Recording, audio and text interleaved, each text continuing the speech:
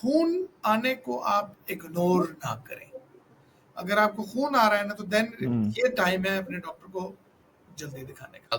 एक बंदा है जिसको पहले ये कभी हुआ ही नहीं, वो आपको एकदम आके कहे कि यार मुझे तो सीने में जलन हो रही है, तो उसको आप लाइटली नहीं लेंगे, क्योंकि that is a new symptom, और उसके लिए जरूरी है कि हम उसे थोड़ा सा ज्यादा इन्वेस्टिगेट करके लाइफ थ्रेटनिंग चीजों को रूल आउट जरूर कर लें। इन हाजमे के मसलों में सबसे छोटा हिस्सा दवाई का है, उससे छोटा हिस्सा टेस्ट का है, और सबसे बड़ा हिस्सा पेशेंट का है जो उसने खुद करना है। So exercise, weight loss, good mental health and अपने आप को टाइम बाउंड जरूर करें कि आप अपना एक कर्फ्यू बना लें, कि जिस तरह टीवी का हम कर्फ्यू बना रहे हैं आप एक कर्फ्यू बना लेंगे। इस तरह जी हमारा दादाजी 100 साल से सिगरेट पीता था, उसको तो कुछ नहीं हुआ, तो हम क्यों सिगरेट छोड़ दें?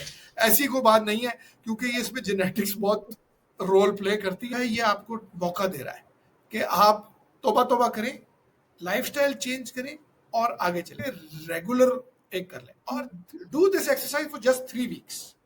और आपको डॉक्टर को दिखाने की जरूरत नहीं है, आप उसके बाद अपने आप को खुद देखें और आप पढ़ें कि यार इज देयर अ कोरिलेशन, यानी कि ऐसा तो नहीं कि मैं कुछ खाता हूँ या खाती हूँ और उस दिन मुझे तकलीफ होती है। हमारे यहाँ ग्लूटेन जो है ना, दुनिया में इंटॉलरेंसेस में लैक्टोज नंबर 1 है, मिल्क, और उसके बाद ग्लूटेन, और फिर so on and so fourth है। आप एक चीज पकड़े, उसको रोकें, उसको 100% अपनी डाइट से निकाल दें ताकि आप बाकी चीजें इस्तेमाल कर सकें।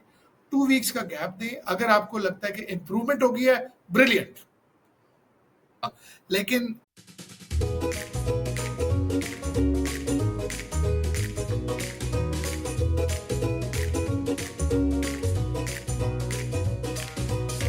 All right, welcome everyone. Welcome back to our second session with Dr. Aftab. Um, if you did not see our first session, please go back and see that first. पहले सेशन में हमने जो आपका गैस्ट्रोइंटेस्टिनल सिस्टम है, निज़ाम हज़म है, उसके कुछ फंक्शंस डिस्कस किए, जिगर या लिवर के फंक्शंस डिस्कस किए, और कुछ ऐसी लाइफस्टाइल चेंजेस में हमने डॉक्टर उस्मान आफ्ताब की एडवाइस ली है जिनसे आप अपने निज़ाम हज़म को बेहतर कर सकते हैं और अपने लिवर को बीमारियों से बचा सकते हैं। तो अब we will go on to some specific diseases जो कॉमन प्रॉब्लम्स हैं, और जहाँ तक मेरी इंफॉर्मेशन है, क्योंकि मैं भी पाकिस्तान से हूँ और पाकिस्तान में मैंने मेडिकल स्कूल अटेंड किया है, जहाँ तक मेरी इंफॉर्मेशन है कुछ बीमारियां कॉमन है। If you miss something please let us know अगर हम उनके बारे में बात नहीं कर रहे। तो जो सबसे ज्यादा, जब मैं पाकिस्तान में था और हम ट्रेनिंग कर रहे थे, सबसे कॉमन प्रॉब्लम जो हम अस्पताल में देखते थे वो था सीने में जलन। और यूजुअली पीपल एट्रीब्यूटेड कि जी सीने में जलन है तो आपके मैदे में तेजाबियत है। तो पहले तो आप हमें ये बताएं कि सीने में जलन की मैदे में तेजाबियत के अलावा भी क्या वजूहात हो सकती हैं, क्योंकि मुझे अपना पर्सनल इंसिडेंस है और शुक्र है कि मेरे ससुर अभी जिंदा हैं, वरना मेरी बेगम ने मुझे नहीं छोड़ना था। उन्होंने मुझे सीने में जलन का बताया और मैंने उन्हें कहा आप ये राइज है कि कोई इस तरह की एंटी एसिड वगैरह ले लें और एहतियातन ईसीजी करा लीजिएगा। He was 65 eight the time, और उन्होंने राइजक ली। एक दो तीन दिन बाद जाकर उन्होंने ईसीजी कराई and he was having a STEMI like a major heart attack at the time, जब उनको सीने में जलन हो रही थी। तो जब आपके पास सीने में जलन के साथ मरीज आता है तो आप क्या सोच रहे होते हैं कि क्या क्या पॉसिबिलिटीज है? देखिए, आपने बिल्कुल सही बात की अहमद। इस जो मैं अपने मरीज को, जैसे ही कोई मुझे कहे मेरे सीने में जलन है, मेरे सीने पे बोझ है, मुझे मतली हो रही है, मेरे यहाँ कुछ हो रहा है, तो मैं तो उसको कहता हूँ यार भाई आप पहले बाकी काम कराएंगे, मेरे पास आप बाद में आएंगे। वजह उसमें ये है कि हमें एक्सपीरियंस से पता है कि अगर आपको सीने में जलन है, अगर आपको हाजमे की वजह से कुछ हो रहा है ना, तो आप तड़पेंगे, तकलीफ में होंगे, शायद कोई गालियां शालियां भी दे देंगे डॉक्टर को, लेकिन आप मरेंगे नहीं, तो आपको कुछ नहीं होगा। लेकिन अगर यही कुछ और हुआ, तो जैसे आपके एक्सपीरियंस, ये आप अकेले नहीं है अहमद, ये एक लंबी लाइन है। वो कहते हैं ना, जब हम पढ़ रहे थे, ट्रेनिंग कर रहे थे ना, तो हमारा जो गोरा प्रोफेसर होता है वो कहता था कि जी everybody comes with his own hammer, कि हर बंदा अपना औजार अपने साथ लेके आता है। और जैसे ही कोई आपको मरीज नजर आए ना, तो आप उसको कहते हैं कि यार हाँ, इसको तो मेरी वाली बीमारी ना हो। अब जिस तरह अब हम देखें किसी का कुछ सर चक्कर आ रहा हो ना, तो ईएनटी दे कहता है यार कान में मसला है। न्यूरोलॉजी वाला शायद सोचेगा यार इसको स्ट्रोक तो नहीं हो गया। मेरे जैसा नलायक गैस्ट्रोएंटरोलॉजी देखेगा तो कहेगा यार वो गोला चढ़ गया सर पे। तो इसलिए मेरे जहन में सबसे पहले जो चीज आती है कि हम ये रिस्क सर्टिफिकेशन जिसे हम कहते हैं ना वो करना शुरू कर दें कि जी what is the most risky thing, सबसे खतरनाक चीज क्या है, तो आप उससे उसके शुरू हो जाए। जो जानलेवा चीज है, जैसे आपने कहा हार्ट का मसला, तो मेरा तो जैसे ही कोई सीने की बात करे, वो जलन कहे, भारपन कहे, उल्टी कहे, जो मर्जी कहे, हमारे जहन में वो बना हुआ है कि जो टीवी मीडिया ने बता दिया ना, यूं पकड़ेगा और गिर जाएगा और कहेगा ओ, वो सब हर जगह नहीं होता। सो इसलिए ये वो सही बहुत छोटी सी विंडो होती है। इसमें ना मैं तो हमेशा सबसे पहले ये बात करता हूँ कि जी हार्ट वाला मसला ठीक करें। उसके बाद जो अब मेरे फील्ड में आ जाए तो डिस्पेप्सिया यानी कि एसिड का प्रॉब्लम, जिसमें गर्ड भी शामिल है, इंडिजेशन भी शामिल है, ब्लोटिंग भी शामिल है, मतली यानी नोजिया भी शामिल है, वॉमिटिंग भी शामिल है। अब ये अगर हम इनको लिस्ट करें ना, तो ये आपको कई बीमारियों के साथ, अब जिस तरह किडनी वालों को नोजिया जो होता है वो बहुत अरसे से चलता रहता है। कितने ही मरीज होंगे जो नोजिया नोजिया करते रहते हैं और बाद में आप उनके टेस्ट कराते हैं तो पता लगता है कि तो किडनी फेलियर में है। और कोई इसी तरह मेरी तरह का फिजिशियन उनको ओमेप्राजोल और फलानी चीजें दे रहा होता है। सो आपने खाली एक सिम्टम की बिना पर इन चीजों को सामने नहीं लेके चलना। तो मेरे जहन में हो रहा होता है कि जी रेड फ्लैग साइंस काउंट करना शुरू कर दो। सबसे पहले रेड फ्लैग साइंस क्या है? रेड फ्लैग साइंस ये है कि जी क्या वेट लॉस है कि नहीं है, क्या वॉमिटिंग में ब्लड वगैरह तो नहीं आ रहा, सिम्टम कितनी देर से आ रहे हैं। क्योंकि हमने देखा ये है कि शॉर्टर जो सिम्टम होगा ना वो बहुत एक्यूट प्रॉब्लम होगा। अगर हमने एक बार हार्ट और ये वाली चीजें कर ली हैं, रूल आउट कर ली है, तो शॉर्टर का मतलब ये है कि अगर 2-3 दिन की हिस्ट्री है ना, तो कुछ चीज शॉर्ट टर्म में लड़ी है जिसमें इन्फेक्शन हो सकता है, खाने की वजह से हो सकता है, तो उसमें आपको मजीद टेस्ट कराने की और मजीद लंबा मरीज को पैसे लगवाने की जरूरत नहीं है। लेकिन जहाँ पे हम देखते हैं टाइम फ्रेम बढ़ता जाता है, वहां पे हम उसमें इन्वेस्टिगेशंस को सोचना शुरू कर देते हैं, जिसमें ना वेट लॉस बहुत कॉमन चीज है। अगर कोई ब्लड टेस्ट कराए में, तो खून इज नॉट नेचुरल। अब हमारे पास बहुत लोग आते हैं और बहुत वाइड स्पेक्ट्रम भी है, कई कहेंगे जी नहीं नहीं जी थोड़ा सा खून है, कुछ भी नहीं है, कई उसी थोड़े खून को बहुत ज्यादा बताएंगे। तो खून आने को आप इग्नोर ना करें। अगर आपको खून आ रहा है ना, तो देन ये टाइम है अपने डॉक्टर को जल्दी दिखाने का। और उसके साथ में मैं बाकी चीजें भी देखना शुरू करता हूँ कि यार मरीज सामने से दिखता किस तरह है। मैंने देखा ये है कि हमारी ट्रेनिंग में एक तो किताबी ट्रेनिंग थी, और दूसरी जो ट्रेनिंग है ना, उसने जो हमें चीज सिखाई है कि आपकी इंट्यूशन डेवलप होना शुरू हो जाती है कि यार कभी कभी ना बिल्कुल मरीज कहता है जी बिल्कुल ठीक है, लेकिन आपके अंदर वो कुछ सम चीज क्लिक कर रही होती है, नहीं कुछ there is something else to it, और फिर हम उसको इन्वेस्टिगेट करना शुरू करते हैं। तो मैं यंग जो डॉक्टर्स आपके व्यूअर्स होंगे और उनको बताऊंगा कि अपनी इंट्यूशन जो है ना उसको ना जाने देना कभी। अगर वो कहते हैं ना, गोरा कहता है don't take the monkey home, यानी कि अपने सीने पे बोझ लेके घर नहीं जाना। वरना कई बार हुआ है यार, शावर ले रहा होता है बंदा, बाल कंघी कर रहा होता है, तो एक ही चीज हो रही है यार, पता नहीं उसका क्या बना, उसका क्या बना उस मरीज को क्या किया होगा। तो वो उसे कहते हैं ना don't take the monkey home, तो वहीं पे उसका फैसला करें और आगे चलाएं। ठीक है, तो सीने की जलन को आप इग्नोर ना करें और कोशिश करें कि अगर कोई 10-15 मिनट से ज्यादा मामला चल रहा है तो कम से कम एक दफा डॉक्टर को जरूर देख लें। नहीं, और देखिए ना न्यू कौन सा सीने ऐसा की जलन, टाइम होगा?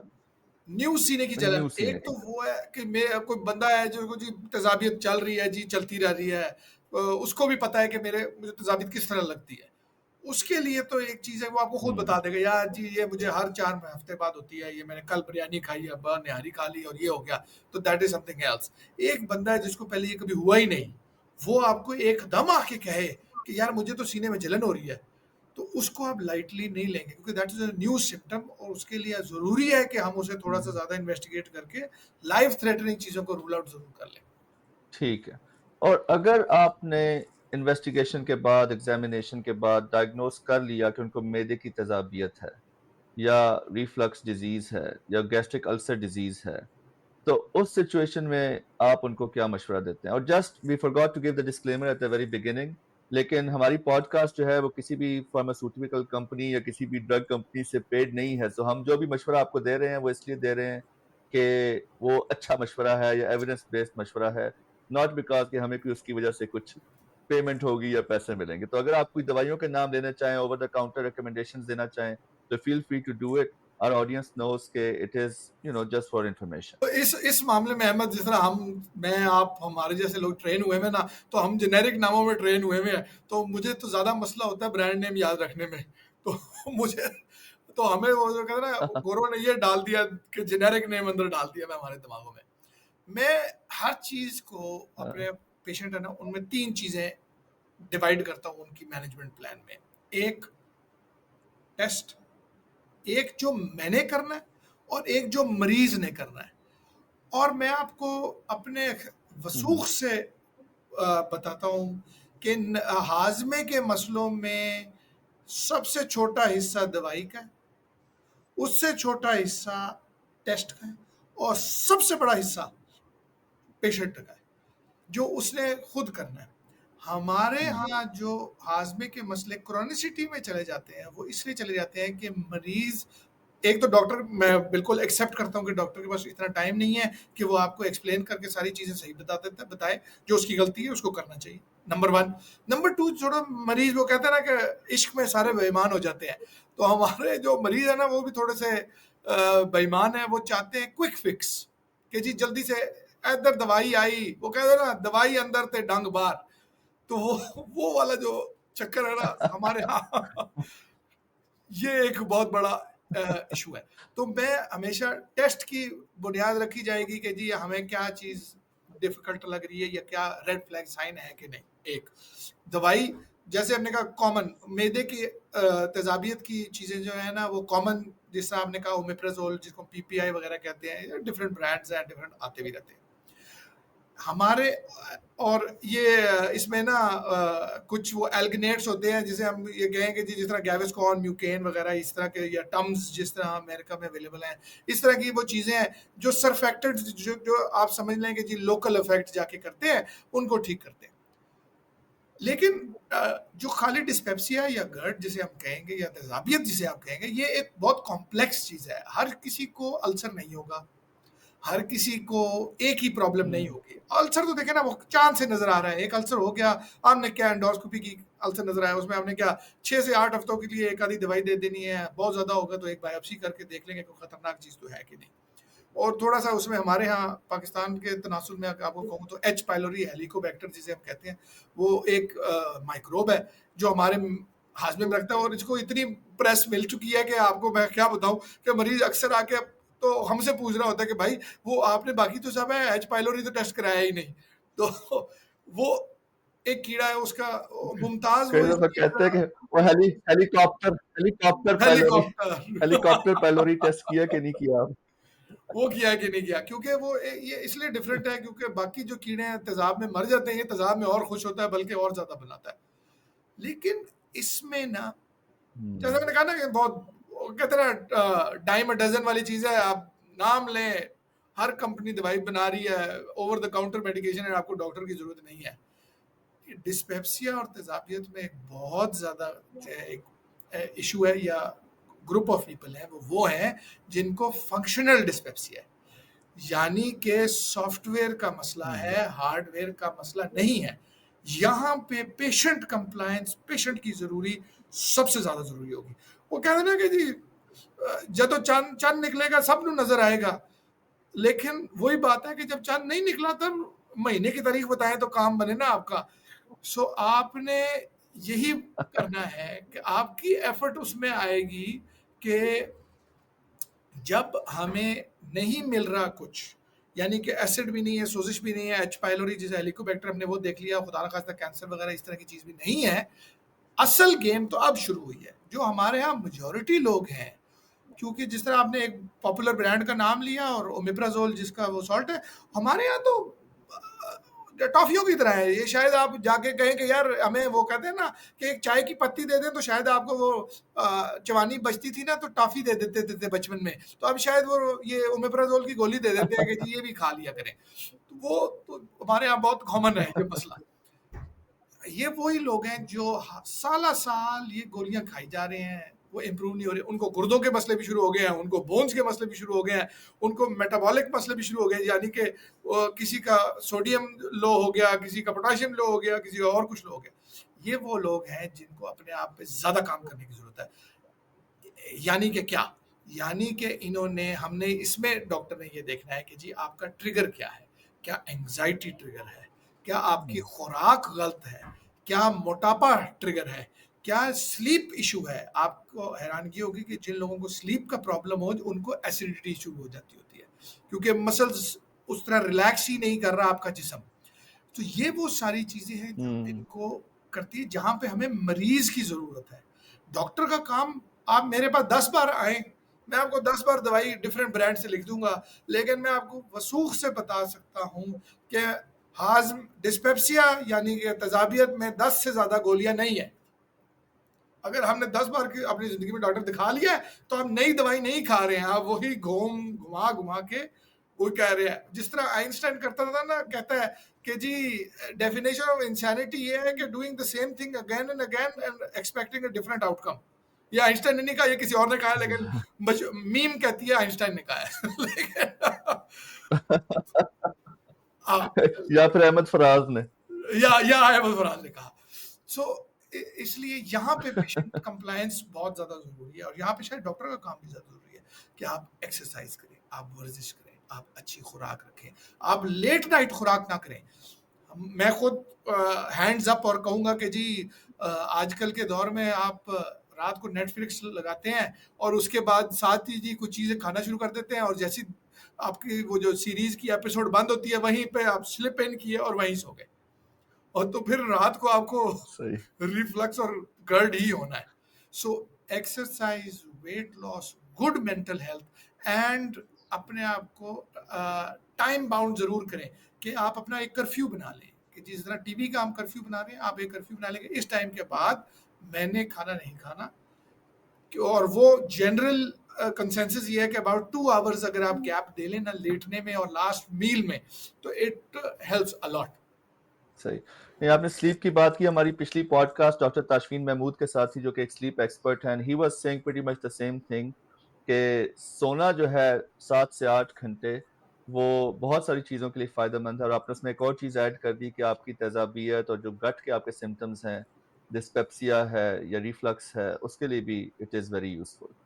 अब आपने रेड फ्लैग्स का ब्रीफली जिक्र किया, एक दफ़ा इसको मज़ीद हाईलाइट कर दें कि किस मौके पर एंडोस्कोपी ज़रूरी है, ताकि आप इसको सिर्फ तेज़ाबियत या सिर्फ मैदे की जलन ना समझते रहें और कोई सीरियस बीमारी मिस हो जाए। तो इसको आप थोड़ा सा हाईलाइट कर दें कि किस मौके पर आपको एक गैस्ट्रोएंटरोलॉजिस्ट को दिखाना चाहिए, और हो सके तो एंडोस्कोपी जहाँ पे कैमरे से जाकर अंदर वो देख लेते हैं कि कोई ऐसी कोई एनाटॉमिकल चीज़ तो नहीं है, कोई फिजिकल चीज़ तो नहीं है जो प्रॉब्लम कॉज कर रही है। कहाँ पे आप कहेंगे कि ये इस मौके पर ये लाजमी है? देखिए, सबसे पहले तो मैं आपके तवज्जुह से लोगों को ये ज़रूर कहना चाहूँगा कि हमारे पास अक्सर लोग आते हैं, जब हम उनको एंडोस्कोपी एडवाइस करें ना, तो एंडोस्कोपी के बाद कुछ ना निकले तो वो कहते हैं जी डॉक्टर साहब आपने पैसे लगाते कुछ निकला ही नहीं। तो मैं उनको ये कहता हूँ यार अल्लाह का शुक्र अदा करें कुछ नहीं निकला, कुछ निकल आया था तो काफ़ी रौला मचा था। तो तो जो रेड फ्लैग साइन है ना, उनमें सबसे ज़्यादा जो ज़रूरी है वो ये है कि जी दवाई आप इस्तेमाल कर रहे हैं और उसके बावजूद आपके सिम्टम ठीक नहीं हो रहे, या दवाई रोकते ही आपके सिम्टम वापस दोबारा आ रहे हैं। इसमें डिफरेंट गाइडलाइंस हैं। मैं ज़रा ब्रिटिश फॉलो करता हूँ, तो उसमें 3 मंथ्स का टाइम है। आई थिंक अमेरिकन भी इसके करीब करीब होंगी, और यूरोपियन तो डेफिनेटली हैं, कि अगर आपको एक सिम्टम 3 मंथ्स हो गया है और आपने दवाई इस्तेमाल की है और वो आपका नहीं इम्प्रूव हुआ ना, तो दिस इज द टाइम जब आपने उसको फर्दर इन्वेस्टिगेट करने की जरूरत है। दूसरे बाकी रेड फ्लैग साइंस इसमें जो है सबसे खास तौर पे वेट लॉस, इंट्रैक्टेबल वॉमिटिंग यानी कि आपको बार बार वॉमिटिंग आ रही है, खून आना, ये बहुत जरूरी है। एपेटाइट का चेंज होना कि जी आपको एपेटाइट चेंज हो गया है, हाजमे का चेंज होना यानी कि आपके बाउल्स चेंज हो रहे हैं। जरूरी नहीं है कि हम हर किसी को पहले टेस्ट या एंडोस्कोपी करेंगे, लेकिन हम ये वो चीजें हैं जिस पे हम सोचना शुरू हो जाते हैं कि यार अब एंडोस्कोपी की जरूरत है।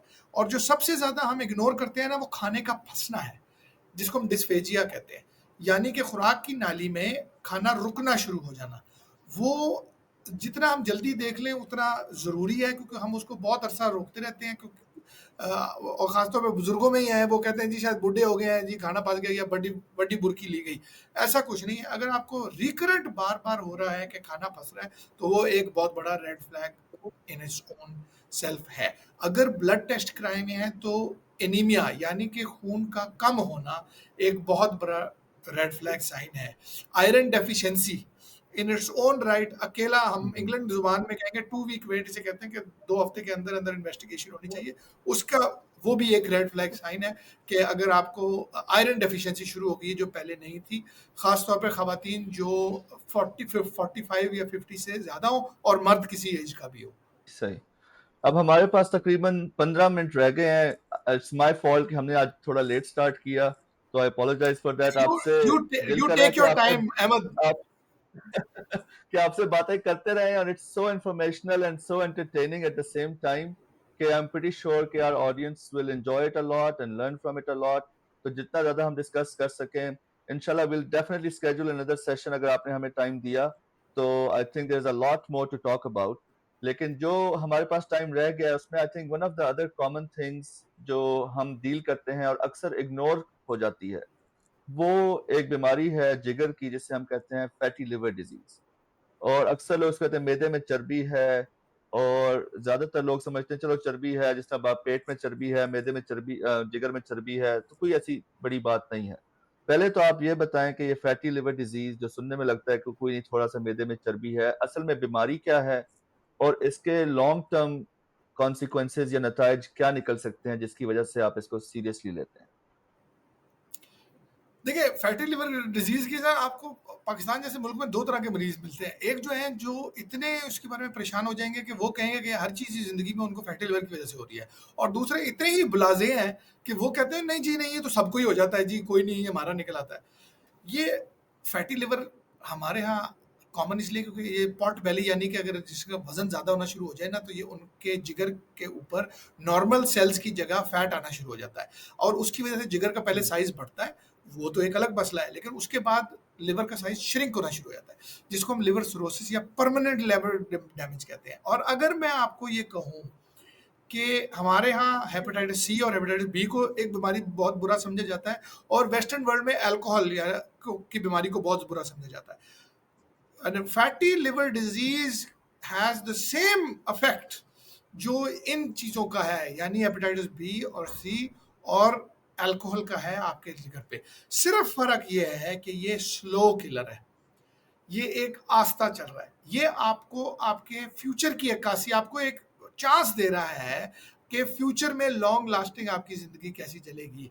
एविडेंस ये कहता है कि 10 to 15 ईयर्स अगर आप अपने फैटी लिवर डिजीज को कंट्रोल ना करें और उसका अपना ख्याल ना रखें, तो 10 to 15 ईयर्स में आपका प्रोग्नोसिस उसी तरह हो जाएगा जिस तरह इन मूजी बीमारियों के साथ हेपेटाइटिस बी सी या अल्कोहल की लिवर डिजीज के साथ हो जाता है। और ये जिस तरह हम देख रहे हैं कि दुनिया में ओबेसिटी अब बढ़ती जा रही है, ये एक चीज़ है जो आइंदा फ्यूचर में बहुत ज़्यादा होना शुरू हो जाएगी। हम पाकिस्तान में ये अभी से देख रहे हैं कि हमारे यहाँ बड़ा लोग हेपेटाइटिस, क्योंकि अल्कोहल उस तरह प्रिवेलेंट नहीं है, हेपेटाइटिस बी और सी है, लोग इसका टेस्ट कराते हैं और उसके बाद रिलैक्स हो जाते हैं। लेकिन हम देखते हैं कि जी टाइप 2 डायबिटीज़ शुरू हो गई, टाइप 2 डायबिटीज़ के साथ फैटी लिवर होना शुरू हो गया, यानी कि लिवर के टेस्ट एबनॉर्मल भी होना शुरू हो गए, और साथ ही आपका कोलेस्ट्रॉल लेवल ऊपर नीचे होना शुरू हो जाएगा। This is now becoming into a metabolic syndrome. जब ये मेटाबॉलिक सिंड्रोम बन गया, हाँ ये जरूर है कि आप ये ना कहें कि जी हमारा दादा जी 100 साल से सिगरेट पीता था, उसको तो कुछ नहीं हुआ, तो हम क्यों सिगरेट छोड़ दें। ऐसी कोई बात नहीं है, क्योंकि ये इसमें जेनेटिक्स बहुत रोल प्ले करती है। मैंने फैटी लिवर के साथ 40s and 45s and 50s में लोगों को लिवर डैमेज और परमानेंट लिवर डैमेज और सिरोसिस के साथ देखा। तो ये भी नहीं आप कह सकते कि ये बुढ़ापे की बीमारी है, ये जवानी की बीमारी है। दिस ऑल मीन्स कि ये बीमारी शुरू कब हो रही है। सो इसको जब आपको फैटी लिवर का पता लगे, और अमूमन ये किस तरह पता लगता है कि जी आपने टेस्ट कराए वैसे ही बगैर, आप कोई ऑपरेशन करा रहे थे या कोई और आपको कोई प्रॉब्लम हुई तो आपने लिवर के टेस्ट कराए, उसमें कुछ निकला, फिर हमने अल्ट्रासाउंड कराया तो वो फैटी लिवर निकला है। यानी कि धीरे आस्ता आस्ता आपका नॉर्मल सेल जो है उसमें फैट आता जा रहा है। अब फैट का प्रॉब्लम ये है, फैट सेल तो वैसे ठीक है, लेकिन ये किसी काम का नहीं है, ये वो लिवर के फंक्शन नहीं करेगा, बल्कि लिवर के फंक्शंस को आस्ता आस्ता हिंडर करना शुरू कर देगा। कुछ देर तक तो ये रिवर्सिबल है, और कुछ देर के बाद ये फाइब्रोसिस, यानी कि उसको, जिस तरह आपने आप पहले हिस्से में कहा था ना कि लिवर एक स्पंज है, वो स्पंज को सख्त करना शुरू कर देगा। जब वो स्पंज को सख्त करना शुरू कर देगा तो उसमें से खून जो है वो गुजरा नहीं करेगा, और वो उसी तरह हार्ड अपना ब्लड प्रेशर, एक तो इंसान का जो बाकी ब्लड प्रेशर जो अपने बाजू से नापते हैं, एक इंसान का अंदर का ब्लड प्रेशर है, जो ब्लड प्रेशर जिसे हम पोर्टल ब्लड प्रेशर कहते हैं, वो हाई होना शुरू हो जाएगा। और उसके बाद खुदा ना खास्ता इसका इंजाम उसी तरह होगा जिस तरह हेपेटाइटिस बी, हेपेटाइटिस सी या अल्कोहल के मरीज का होता है, यानी कि तिल्ली का बढ़ जाना, पेट में पानी बढ़ जाना, यहाँ तक कि लिवर के कैंसर यानी सरतान डेवलप हो जाना। ये क्योंकि स्लो है, ये आपको मौका दे रहा है कि आप तौबा तौबा करें, लाइफस्टाइल चेंज करें और आगे चलें। इसमें मैं एक एडवाइस आपके व्यूअर्स को ज़रूर दूंगा, और मैं बड़े प्रेस करके और बड़े ज़ोर से देना चाहूँगा कि आप इधर उधर ना देखें, दूसरों को ना देखें। हमारे यहाँ बहुत ज़्यादा आते होंगे जी, फलाने को ग्रेड 2 है जी, फलाने को ग्रेड 1 है जी, वो तो कुछ नहीं करता। नहीं, ये वो चीज़ है जो आपने अपने सरकमस्टांसेस खुद देखने हैं। ये अगर आपकी फैमिली में शुगर का मर्ज है, अगर आपकी फैमिली में हार्ट डिजीज़ है, अगर आपकी फैमिली में कोलेस्ट्रॉल का प्रॉब्लम है, तो आप ये समझ लें कि फैटी लिवर डिजीज़ आपको ज़्यादा अफेक्ट करेगी उन लोगों से जिनको ये एक स्क्रीन टेस्ट में निकला है। सही। और आपने मेंशन किया कि अक्सर जिन लोगों को फैटी लिवर डिजीज होती है वो ओबीस होते हैं, लेकिन नॉर्मल वेट के लोगों को भी फैटी लिवर डिजीज हो सकती है। और आप एथलीट्स देखें, बहुत ज़्यादा एथलीट्स जो हैं उनमें भी फैटी लिवर पाया जाता है, क्योंकि वो जेनेटिकली एक तो प्रोन है, उसके बाद डाइट कुछ ऐसी रखी जाती है कि ओवर द टाइम वो हाई एनर्जी ड्रिंक्स और हाई एनर्जी और हाई प्रोटीन डाइट्स ले रहे होते हैं, तो उसकी वजह से भी फैटी लिवर डेवलप हो जाती है। और जेनेटिक्स, वो कहते हैं ना कि आप अपनी नानी नहीं बदल सकते, तो इसलिए आप जेनेटिक्स जेनेटिक्स जेनेटिक्स, सो उसमें खाली वेट लॉस करना ही उसका एक काम नहीं है, उसका काम अपनी जनरल लाइफ और हेल्दी लाइफस्टाइल करना वो बहुत ज़्यादा जरूरी है। तो थोड़ी डिटेल्स बताएं कि once you diagnose fatty liver disease तो आप मरीज को क्या मशवरा देते हैं, क्या ट्रीटमेंट ऑप्शंस हैं, और डॉक्टर से क्या एक्सपेक्ट किया जाना चाहिए और मरीज से क्या एक्सपेक्ट किया जाना चाहिए? देखिए, फैटी लिवर डिजीज जब डायग्नोज करते हैं अगर, तो बिल्कुल सिर्फ रेडियोलॉजिकल डायग्नोसिस यानी कि अल्ट्रासाउंड पे सिर्फ डायग्नोज आया है, तो हम सबसे पहले उनकी एक जनरल स्क्रीनिंग करवा लेते हैं। जनरल स्क्रीनिंग का मतलब है कि हम इस सारे काम में उनको एक बार ना, पाकिस्तान जैसे मुल्कों में हेपेटाइटिस बी और सी जो है वो बहुत कॉमन है, सो इसलिए वी टेक दिस अपॉर्चुनिटी कि हम ना ये हेपेटाइटिस स्क्रीन और ये सारी चीज़ें करा लें। दूसरी जो चीज़ है हम ज़रूर करा लेते हैं वो LFT, लिवर फंक्शन टेस्ट, जिसे हम कहते हैं ना, ये एक नॉर्मल स्क्रीनिंग प्रोसेस है। तो ये LFTs हम देख लेते हैं, और वहाँ हम फैसला करते हैं कि इनको दवाइयों की ज़रूरत है कि खाली लाइफस्टाइल मॉडिफिकेशन की ज़रूरत है। अगर किसी को दवाइयों की ज़रूरत है तो उसमें हम ग्रेडिंग वगैरह आती है, जिसमें हम फाइब्रोस्कैन एक चीज़ है जिसमें आप समझ लें कि हम ये देखना चाह रहे हैं कि कितना सख्त होता जा रहा है आपका जिगर, कितना सख्त, और वो अल्ट्रासाउंड की तरह ही एक है, उसमें कोई सुई वगैरह का ताल्लुक नहीं है। वो टेस्ट हो जाता है, वो आपको एक बार बता देता है कि जी किस स्टेज पे आप हैं और आपको कितना अफेक्ट करना चाहिए। अद्वियात का काम इसमें ना अर्ली स्टेजेस पे नहीं है। अर्ली स्टेजेस पे हम मरीज को कहते हैं कि टारगेट ओरिएंटेड करें, 10% बॉडी वेट अपना लूज करने का टारगेट रखें over the next 6 to 12 months, और उसकी तरफ एक्टिवली काम करें, शुगर कंटेंट कम करें। इसी दौरान हम ना लिपिड प्रोफाइल और बाकी सारी चीज़ें देख लेते हैं कि जी उनको मेटाबॉलिक ऑप्टिमाइज करने की कोशिश करते हैं।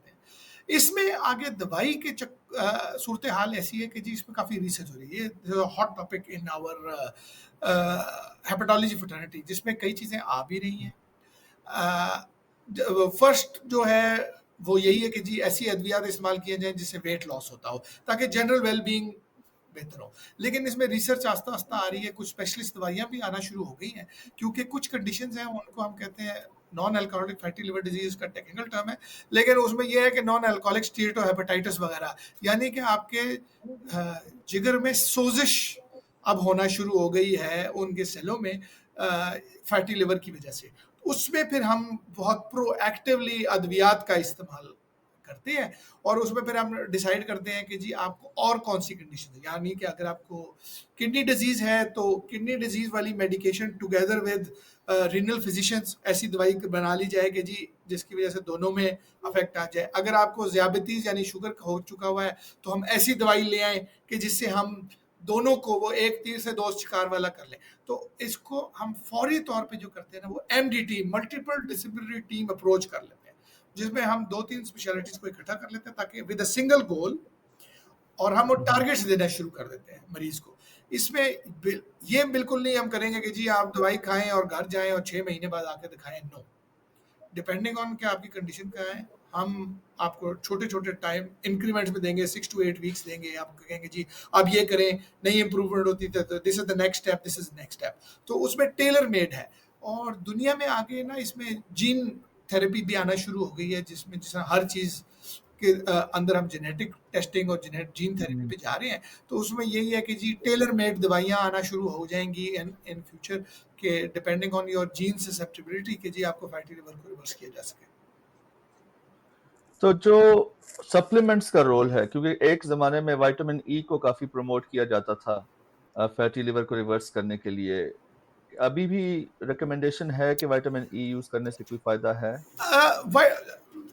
यस, शुरू में ना अभी भी इट इज़ इन प्रैक्टिस है, इसमें दिया जाता है, क्या उसकी वजह से बहुत अच्छा रिजल्ट आए, बहुत ज़्यादा नहीं है इसमें, बहुत जिसे हम कहें ना कि जी क्या अर्थ शैटरिंग नहीं है, वो नहीं है। और नहीं ना तो आपके चेहरे पे ग्लो आ जाता है, तो मरीज ये सुन के खुश रहता है, अच्छा जी झाइयाँ ठीक हो जाएंगी। तो ये उस तरह की चीज़ है कि जिससे कुछ इम्प्रूवमेंट आ जाती है कुछ लोगों में, हर मरीज के लिए ये नहीं है। इसी तरह पाकिस्तान जैसी जगहों पे ना सिल्वर या सिलिमरिन है या थिसल जिसे हम कहते हैं, वो बहुत इस्तेमाल किया जाता है। इसमें कुछ मल्टीविटामिन का कॉम्बो भी डिफरेंट दवाइयों में इस्तेमाल किया जाता है। ये वो सारी चीज़ें हैं जो शुरू के लिए हैं, कि जिसमें हम ना माइल्ड है, आप समझें कि जी प्लेसिबो इफेक्ट भी थोड़ा सा इसमें ज़्यादा है, एक थोड़ा सा इसके सेंस ऑफ अर्जेंसी इससे डेवलप होना शुरू होती है मरीज के अंदर। लेकिन अगर these are the first steps, लेकिन अगर हमें पता लग रहा है कि यार this is fast progressing into stage 3 stage 4 या इवन फाइब्रोसिस की तरफ जा रहा है, तो उसमें फिर हम स्पेशलिस्ट दवाइयाँ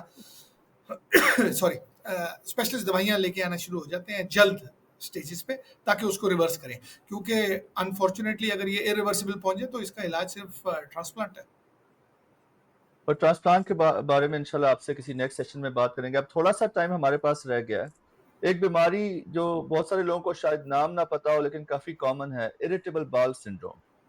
कुछ लोग डायरिया के साथ प्रेजेंट करते हैं, कुछ लोग कॉन्स्टिपेशन के साथ प्रेजेंट करते हैं। जो थोड़ा सा टाइम हमारे पास रह गया है, can you share some information about irritable bowel syndrome? कौन से लोग हैं जिनको ये अफेक्ट करती है, किस तरह इससे डील किया जा सकता है, और इसको सीरियसली लेना चाहिए नहीं लेना चाहिए, इसके बारे में थोड़ा सा आप हमें बता दें। Then I let you go, I know you have to go to a dinner. तो बाकी जो मेरे ज़हन में सवालात हैं, बहुत सारे सवालात हैं, इंशाल्लाह I will request another session with you. लेकिन अभी जो थोड़ा सा टाइम बच गया उसमें हमें इरिटेबल बाउल सिंड्रोम, जिसको आईबीएस कहते हैं, उसके बारे में थोड़ा सा हमें एजुकेट करें। नहीं, थैंक यू अहमद। जैसे आपने कहा ना, हम थोड़ा सा पुश कर सकते हैं, डोंट वरी, बिल्कुल कोई हॉट एंड बर्निंग क्वेश्चन होंगे तो आई कैन अच्छा स्टे अच्छा, लॉन्गर। हाँ हाँ, डोंट वरी अबाउट इट। चलो अच्छा, चलो जरा, thank IBS, you very much, thank no you. No, IBS यानी आपने जिसका कहा इरिटेबल बाउल सिंड्रोम, सबसे पहले तो इसके लिए ज़रूरी है कि जी आप उसका जो अपना क्राइटेरिया, ये ऐसी पहले इसको डिजीज ऑफ एक्सक्लूजन समझा जाता था कि जी आपने बाकी सारी दुनिया के टेस्ट करा लें और कुछ ना मिले तो ये आईबीएस है। अब इसके क्राइटेरिया जो रोम 4 रोम 5 क्राइटेरिया आना शुरू हो गए हैं, जो बेसिकली एक कंसेंसस है कि जी किस किस वजूहत पे क्या क्या चीज़ एक क्वेश्चनेयर है उस पर आती हैं, तो उस पर हम डायग्नोज करते हैं। तो ये आम लोगों के लिए बताने के लिए ये है कि जी ये हार्डवेयर का मसला नहीं है, ये ज़्यादा सॉफ्टवेयर का मसला है। और इसमें काफ़ी अब काम हो रहा है, जैसे हमने शुरू में भी बात की थी पहले इससे मैं पॉडकास्ट के, कि आस्ता आस्ता ना इसके टेस्टिंग भी बढ़ती जा रही है कि किस तरह लोगों को हम फंक्शनल बाउल डिजीज को डायग्नोज करने की तरफ जाएं। अब आईबीएस में होता क्या है, आईबीएस में जनरली कुछ वेरिएंट्स हैं, जिस तरह हमने कहा, इसमें 3 हम कॉमनली ये कहते हैं जिसमें एब्डोमिनल पेन यानी पेट में दर्द होना एक कॉमन फीचर है, और उसके अलावा डायरिया प्रीडोमिनेंट, कॉन्स्टिपेशन प्रीडोमिनेंट, और तीसरी है मिक्स्ड यानी कि दोनों हों। ये जनरली हमने देखा है कि एज के किसी भी हिस्से में हो सकता है, लेकिन जनरली ये यंगर एज ग्रुप में ज़्यादा होता है, और उसकी वजह से फॉर सम रीज़न आपका हाजमा ओवर ड्राइव में चला जाता है, यानी कि वो डिफरेंट रिएक्ट करना शुरू कर देता है एक नॉर्मल प्रोसेस से। ये आप इसके मरीज के साथ अगर बात करें तो वो बहुत कॉमनली कहेगा जी जब मैं बिल्कुल ठीक होता हूँ या होती हूँ तो मुझे ऐसे लगता है कि नॉर्मल डे है, और फिर कुछ दिनों के लिए जब ये फ्लेयर अप होता है तो लगता है कि इससे बुरी कोई चीज़ ही नहीं आई।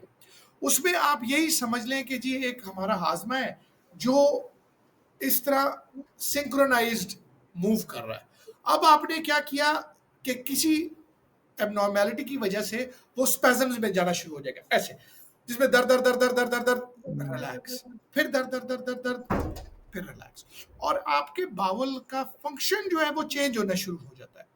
हम टेस्ट पे टेस्ट किए जाते हैं और टेस्टों में बहुत कुछ नहीं मिल रहा होता, लेकिन मरीज ये कह रहा है कि जी मुझे बहुत तकलीफ है, मेरी जिंदगी अजीरन हो चुकी हुई है। और जब पहले जमाने में हम कह देते थे कि जी आपके दिमाग में जी अभी ड्रामे कर दिए जी कुड़ी ब्याह करा दो, तो क्योंकि तो सही ये तो बात। सारे हाँ, ये वो तो पाकिस्तान में हर बीमारी का इलाज है। जब मेरे पास कोई आए ना मैं कहता हूँ बेटा ठीक हो जाए वरना ब्याह मैंने कर ब्याह करा देना है। तो फिर फिर वो तो पेट का नशा दर्द भी सर, करता हो लड़का तो कहते हैं ब्याह करा दो ठीक हो नहीं जाएगा, नहीं, नशा फिर ठीक हो जाएगा। उनको भी पता लग जाता है क्योंकि पेट का दर्द सर दर्द आ जाता है, फिर सर में बदल जाता है ना, तो इसलिए। लेकिन उसमें यही है कि अब आस्ता-आस्ता हमें पता लग रहा है कि इसमें माइक्रोबायोम्स का बहुत ताल्लुक है, यानी कि गट बैक्टीरियाज़ का बहुत ताल्लुक है, इसमें हमारी सेंसिटिविटीज़ का बहुत ताल्लुक है। इसमें एक चीज़ है कि एक फूड एलर्जी है और एक फूड इंटॉलरेंस है। एलर्जी यानी कि आप कोई चीज़ खाएँ और उसकी वजह से कोई बायोकेमिकल रिएक्शन हो, यानी कि कोई डैमेज हो, जिस तरह आपने देखा होगा हमारे यहाँ वेस्टर्न वर्ल्ड में पीनट एलर्जी वगैरह बहुत ज़्यादा है, तो हर किसी को पता है, किसी को दाना निकल जाता है, ज़ुबान फैल जाती बड़ी हो जाती है, सांस की तकलीफ हो जाती है, या कोई खारिश होना शुरू हो जाती है। इसी तरह हाजमे के अंदर भी एलर्जीज हो सकती हैं, जैसे कि लैक्टोज वो बहुत कॉमन है, जिस तरह सीलियक डिजीज यानी कि ग्लूटेन एलर्जी बहुत कॉमन है। लेकिन इसके साथ साथ ज़्यादा कॉमन है इंटॉलरेंस, कि वो कोई ऐसी चीज़ है आपकी डाइट के अंदर जो आपके हाजमे को इस तरह तंग करती है कि उसके बाद आपको वो प्रॉब्लम देना शुरू कर देता है। हम माइक्रोबायोम से भी थोड़ी सी बात करेंगे, लेकिन मैं पहले थोड़ी सी ये इंटॉलरेंसेस पे बात कर दूं। इंटॉलरेंसेस का मतलब ये है कि खाने वाली चीज़ है जो आपको तंग करना शुरू हो गया है, उसका कोई बायोकेमिकल इफेक्ट नहीं है, यानी कि हम टेस्ट वगैरह में वो साबित नहीं कर सकते। लेकिन ये आपने अक्सर सुना होगा कि जी हम चने खाते हैं तो मेरे पेट में गैस हो जाती है, मैं सब्जी खाऊं तो मेरे पेट में ऐसा हो जाता है। ये एक, क्योंकि वो सब्जेक्टिव एक फीलिंग है, उसका इलाज एक ही है, जो चीज़ आपको तंग कर रही है उसे छोड़ दें। हम हमेशा मरीज को कहते हैं जी आप एक फूड डायरी कर लें। फूड डायरी का मतलब ये है कि आप एक कागज़ पे लिखना शुरू कर दें, और ये मैं आपके व्यूअर्स को कहूँगा कि जिनको जो बेचारे डॉक्टरों से तंग आ चुके हैं, थक चुके हैं दवाइयाँ खा के, वो ये घर में भी प्रैक्टिस कर सकते हैं कि आप रात को सोने से पहले देखें कि जी आज मैंने क्या क्या खाया, टोटल उसमें लिखें। अगर आपने एक बादाम भी खाया तो उसके अंदर वो लिखें, और साथ अगले कॉलम में ये लिख दें कि मेरे आज सिम्टम्स क्या थे, यानी कि अगर आपका पेट दर्द प्रीडोमिनेंट सिम्टम है तो आप पेट दर्द को नंबर दे दें 1 से 5 तक, अगर आपको डायरिया है या कॉन्स्टिपेशन है तो आप उसको नंबर दे दें 1 से 5 तक, और आप ये एक्सरसाइज डेली बेसिस पे करें, रात सोने से पहले। रियल टाइम तो हो ही नहीं सकती, क्योंकि अगर मैं आपसे अहमद पूछूं कि यार आपने 4 दिन पहले क्या खाया था, तो आप फैक्चुअली 100% नहीं बता सकते। आप ये तो बता सकते हैं कि बेगम ने बिरयानी अच्छी बनाई थी, लेकिन आप ये नहीं बता सके कि बिरयानी के साथ रायते में क्या डाला हुआ था। तो हम ये कहते बिल्कुल। हैं कि रेगुलर एक कर लें, और do this exercise for just 3 weeks, और आपको डॉक्टर को दिखाने की जरूरत नहीं है। आप उसके बाद अपने आप को खुद देखें और आप पढ़ें कि यार इज देयर अ कोरिलेशन, यानी कि ऐसा तो नहीं कि मैं कुछ खाता हूँ या खाती हूँ और उस दिन मुझे तकलीफ होती है। अब लेट्स से कि जी मैं आपको मजे की बात बताऊं, मेरे एक मरीज को इंग्लैंड में स्ट्रॉबेरी सीड से इंटॉलरेंस है। स्ट्रॉबेरी सीड अच्छा। मुझे बहुत जिंदगी में बाद में पता लगा कि स्ट्रॉबेरी के ऊपर जो येलो रंग का दाना होता है वो सीड होता है, जो मुझे पता ही नहीं था। हाँ, और मैं तो समझता था स्ट्रॉबेरी में सीड होता ही नहीं है। और ये इसमें मेरा कोई कमाल नहीं है, मैं आपको फैक्चुअल पोजीशन बता सकता हूँ। उस मरीज ने ये इसी तरह की एक्सरसाइज करके खुद निकाला कि यार I think this is the issue. और फिर हमने उसको कहा कि आप छोड़ दें। अब उसमें छोड़ने में क्या प्रॉब्लम है, हमारे हाजमे का जो सिस्टम है ना वो 2 वीक्स लैग में चल रहा होता है, कमोबेश। यानी कि अगर मैं इस वक्त किसी को कोलोनोस्कोपी यानी कि बड़े पेशाब की नाली इंटेस्टाइन में कैमरा डालूं तो वी कैन सी कि जी उन्होंने अप टू 2 वीक्स या समटाइम्स लॉन्गर क्या खाया था। यानी कि जब हम कोलोनोस्कोपी करते हैं तो कभी कभी हम कहते हैं यार वो मकई की दाने निकले हैं या कॉर्न निकली है, तो वो कहते हैं जी वो तो 4 दिन पहले खाए थे। तो वो अच्छा। क्योंकि बैक में चल रहा है, तो हम लोगों को मरीज को कहते हैं कि यार आप आज फैसला आपने कर लिया कि जी लेट्स से पीनट्स है या लेट्स से आप चने की दाल है, आपने चने की दाल रोक ली और आपने 2 वीक्स तक उसे टोटल रोक लिया, जीरो। अगर 2 वीक्स तक आपने रोकने के बावजूद आपके सिम्टम ठीक नहीं होते, देन इट इज नॉट वो चने की दाल नहीं है, फिर कुछ और है, फिर let's go something else. IBS के मरीज की सबसे ज्यादा फ्रस्ट्रेशन ये होती है कि वो स्टार्ट ही यही करता है जी मैंने सारा कुछ रोक के देख लिया, मैंने हर चीज कर ली, मेरी जिंदगी खत्म हो चुकी हुई है, मैं कुछ खा नहीं सकता और या खा नहीं सकती, और वो ज़हनी मरीज बेचारा बना होता है। लेकिन असल में अगर आप उनके साथ ये चीजें तय करें ना तो आपको पता लगता है उन्होंने कुछ छोड़ा ही नहीं था। क्योंकि उन्होंने क्या किया, उन्होंने एक दिन दाल छोड़ी, अगले दिन सब्जी छोड़ दी, अगले दिन मुर्गी छोड़ दी, तो by the end of 2 weeks वो बेचारे पानी पे और सब कुछ। बॉइल्ड राइस पे जिंदा होते हैं और कहते हैं कि जी अब हमें समझ नहीं आ रही क्या करें जी, कुछ खा ही नहीं सकते। तो मेरा मशवरा यही है लोगों को, एक वक्त में एक चीज छोड़ें, एक फूड पार्टिकल, यानी कि हमारे ग्लूटेन जो है ना, दुनिया में इंटॉलरेंसेस में लैक्टोज नंबर 1 है, मिल्क, और उसके बाद ग्लूटेन और फिर so on and so fourth है। आप एक चीज पकड़े, उसको रोकें, उसको 100% अपनी डाइट से निकाल दें ताकि आप बाकी चीजें इस्तेमाल कर सकें। 2 वीक्स का गैप दें, अगर आपको लगता है कि इंप्रूवमेंट हो गया है, brilliant, that will improve your symptoms. अगर आपको इंप्रूवमेंट नहीं हुई तो वो चीज वो नहीं है, गो ऑन अनदर थिंग। वो कहते हैं ना, वरना आस्ता आस्ता मैं सारा कुछ बंद कर दूंगा तो वो जितना देवदास कहते हैं एक दिन पारो कहे कि जीना छोड़ दे, तो दैट इज द प्रॉब्लम। सही। और नहीं, और मैं दिस इज हम लोगों के साथ ये बैठे होते हैं ना, तो कभी कभी वो भी हंस रहे होते हैं और हम भी हंस रहे होते हैं कि वो कहते हैं जी अब आप बताएं जी हम क्या खाएं, गत्ता खाएं क्या खाएं। सो इसको सही। साइंटिफिकली, डॉक्टर सब कुछ ही बंद करा देते हैं। हाँ सारा कुछ, क्योंकि वो ऐसे ही सही। है। देखे मैंने कहा है ना, मैं शुरू में प्रोग्राम में जाता होता तो जब कोई कहता था तो मैं कहता मेरा टारगेट ये है कि मैं आपकी जिंदगी मुश्किल कर दूं ताकि आप कहेंगे यार ये डॉक्टर तो क्योंकि वो मुश्किल टारगेट आप अचीव तो कर नहीं सकते, और क्योंकि आप अचीव नहीं कर सकते तो गलती तो मेरी है ही नहीं, गलती तो मरीज की हो गई। मरीज की है। सही बात। तो इसलिए वो मेरी नाकामी। बड़ी जबरदस्त। This is fascinating. ग्लूटेन की आपने बात की तो जहां तक टेस्ट का ताल्लुक है, क्योंकि ग्लूटेन सेंसिटिविटी को सीलियक डिजीज के साथ रिलेट किया जाता है, और बहुत से मरीज कहते हैं कि उनके टेस्ट नेगेटिव आए हैं, लेकिन उन्होंने जब ग्लूटेन छोड़ी खाने में तो दे स्टार्ट फीलिंग बेटर। तो आपने कुछ ऐसे केसेस देखे हैं जहाँ पे सीलियक डिजीज के टेस्ट तो नेगेटिव आ गए लेकिन patient was still gluten sensitive? ये वही बात हुई जो हम बात कर रहे थे ना, एलर्जी एंड इंटॉलरेंस। एलर्जी और इंटॉलरेंस का दोनों का फर्क है। जो टेस्ट चेक कर रहा है, टेस्ट ये चेक कर रहा है कि आपको एलर्जी है कि नहीं। इंटॉलरेंस जो है वो आप बताएंगे हमें कि जी मैंने ग्लूटेन छोड़ी और मैं इंप्रूव कर गया या कर गई। उसमें हम करते क्या है, उसमें हम कहते हैं जी दिस इज ब्रिलियंट हो गया। जिनका हमें बहुत ज्यादा हाई रिस्क हो ना, यानी कि उनको और बाकी बायोकेमिकल मार्कर्स बता रहे हो, मैल एब्जॉर्प्शन वगैरह हो रही है, बोन थिनिंग यानी कि विटामिन डी बार बार लो हो रहा है, यानी कि उनके अगर हम टेस्टों के भी डेटा में जाएं ना तो आप देखेंगे कि कोई चीज़ 95% सेंसिटिव है, कोई 96% स्पेसिफिक है। तो इसमें हर चीज़ एब्सोल्यूट है नहीं, एब्सोल्यूट सिर्फ एक ही ज़ात है। सो हर जो टेस्ट है ना उसकी एक गिव तो है। तो अगर हमें ज्यादा लगे कि यार ये बहुत हाई रिस्क है तो हम उसमें आगे दो चीजें कर लेते होते हैं। एक, हम बायोप्सी ले सकते हैं, एंडोस्कोपी से जाके बायोप्सी ले लें डिस्पाइट कि उनके टेस्ट नॉर्मल आ रहे हो। और दूसरी, हम HLA टाइपिंग है यानी कि जेनेटिक टेस्टिंग कर ले सकते हैं, जिसमें हम देख लेते हैं कि जी कोई रिस्क फैक्टर किसमें है। चलो ये तो सीलियक की तरफ आ गया। लेकिन जिनमें आपने जो ज्यादा कोहॉर्ट है वो लोग हैं जिन्होंने ग्लूटेन छोड़ी और उसके बाद वो बहुत इंप्रूव होना शुरू हो गए। इसका मतलब है क्या सारी उम्र उनको छोड़नी पड़ेगी? नो। हम उन्हें कहते हैं कि आप ये करेंगे कि आपको पता लग गया कि जी ग्लूटेन छोड़ी, मेरी लाइफस्टाइल इंप्रूव हो गया, मैं फील बेटर कर रहा हूँ या कर रही हूँ, तो हम कहते हैं यार आप ये ना 3 मंथ्स तक एक्सरसाइज करें टोटल। बाहर के मुल्कों में तो बहुत अच्छा है, क्योंकि आप रेस्टोरेंट जाएं तो उन्होंने बाय लॉ ग्लूटेन लिखना लाजमी है हर रेस्टोरेंट पे, हर प्रोडक्ट पे। पाकिस्तान में थोड़ा मुश्किल हो जाता है कि आप किसी को कहें ना कि जी गंदम बंद कर दे, तो कहते हैं जी गंदम बंद कर दो तो फिर तो मारी जावा अच्छा है। तो हमारे यहाँ थोड़ा सा मुश्किल है, लेकिन हम उन्हें कहेंगे जी 3 मंथ्स के लिए आप छोड़ दें। 3 मंथ्स के बाद you see and you decide कि आप कैसे हैं। क्या शगुफ्ता जिसको 16 साल की उम्र में ग्लूटेन इंटॉलरेंस है, क्या उसे 20 साल 30 साल की उम्र में भी ग्लूटेन इंटॉलरेंस होगी? Most probably not.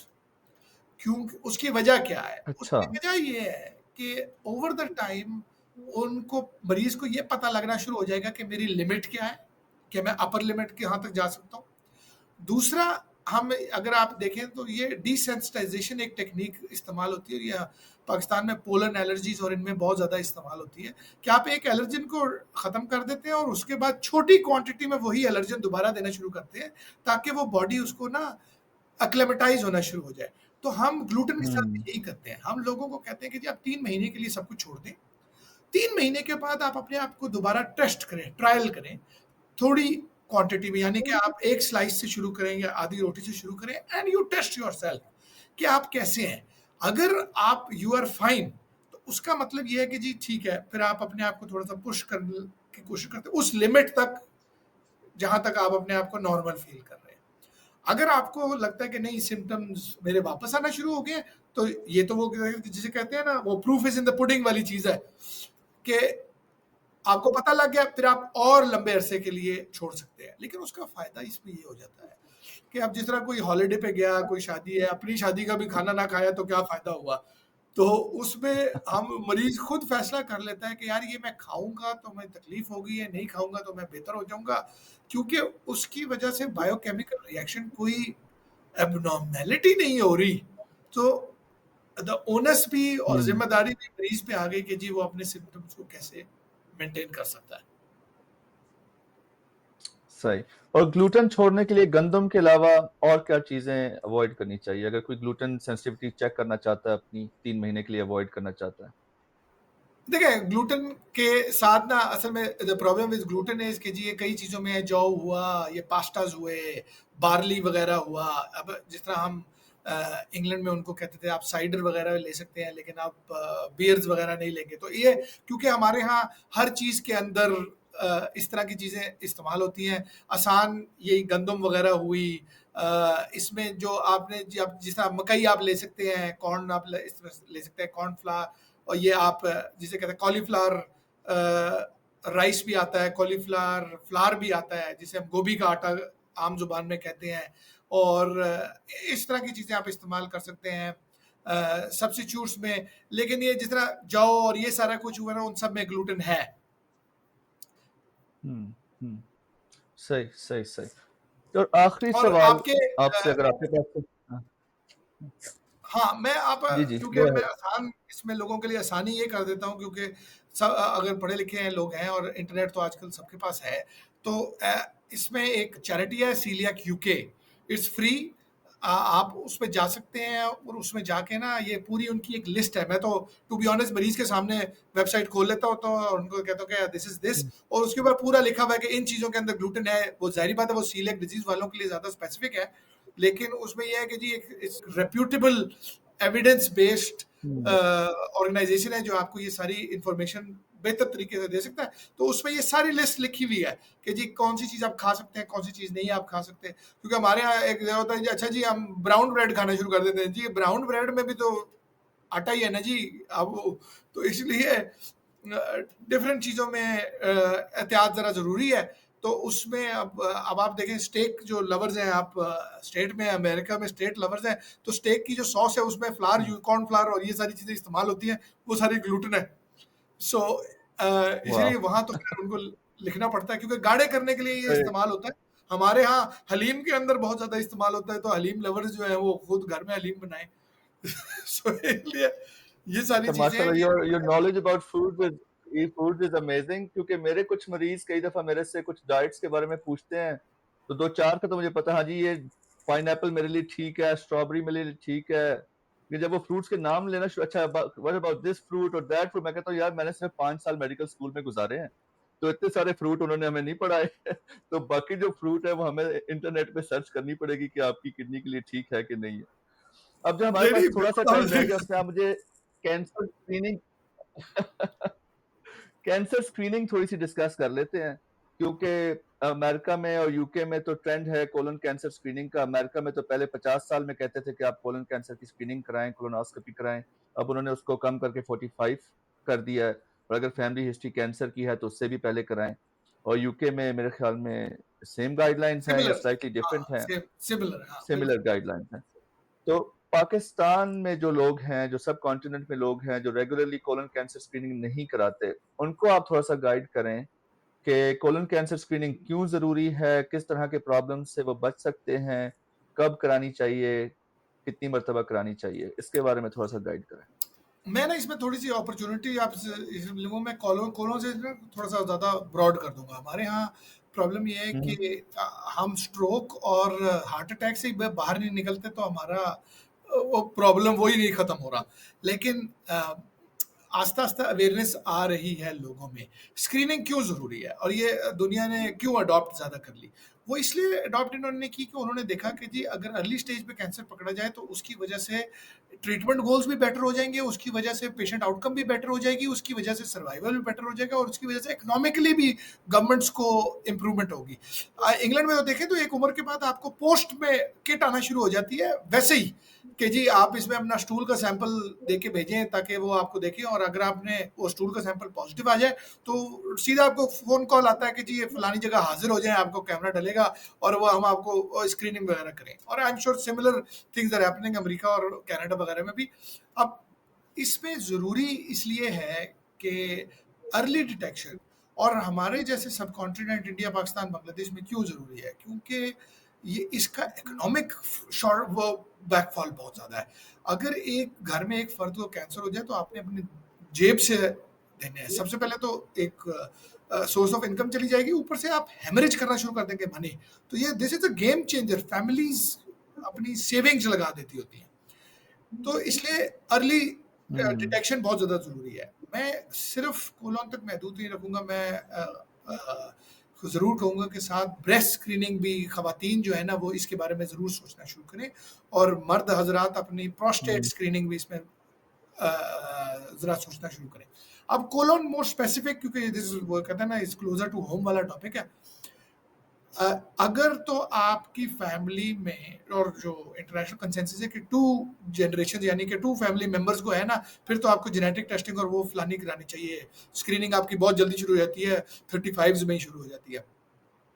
लेकिन अगर आपकी फैमिली में कोई पाकिस्तान और एशियन तनासुल से अगर आपकी फैमिली में किसी को कोलोन कैंसर की शिकायत है, तो 50 के बाद आप इसको ज़्यादा विजिलेंटली देखना शुरू कर दें।